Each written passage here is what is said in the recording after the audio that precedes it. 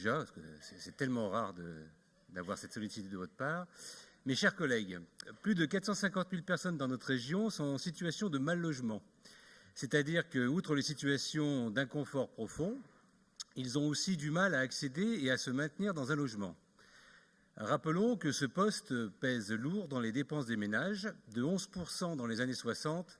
Les loyers, le gaz et l'électricité pèsent désormais près de 30% des dépenses.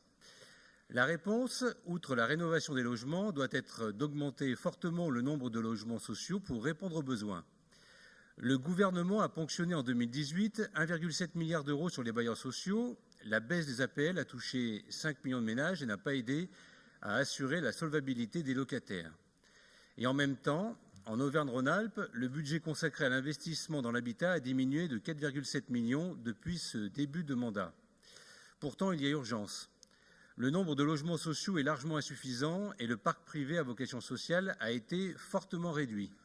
Il est donc nécessaire de trouver de nouvelles solutions pour répondre aux besoins de logement pour les ménages précaires.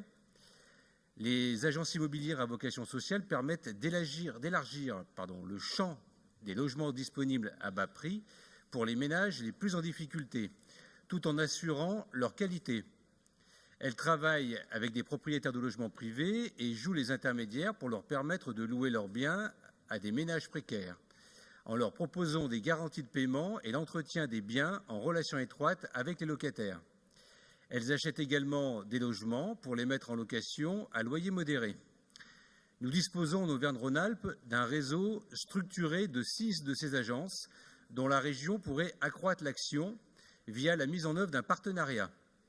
Nous pourrions ainsi proposer un fonds d'investissement dédié à l'amélioration de l'habitat, à l'achat de nouveaux logements et au maintien de la qualité des biens locatifs, en mettant en place, d'une part, un fonds d'investissement de 3 millions d'euros et, d'autre part, une aide au fonctionnement de 600 000 euros, permettant aussi le suivi et le maintien de la qualité des biens locatifs et l'accompagnement des ménages, et donc d'agir directement et véritablement sur le pouvoir d'achat des Auvergnats et des Rhône-Alpins les plus fragiles. Merci beaucoup, Monsieur Gemani. Monsieur Horton.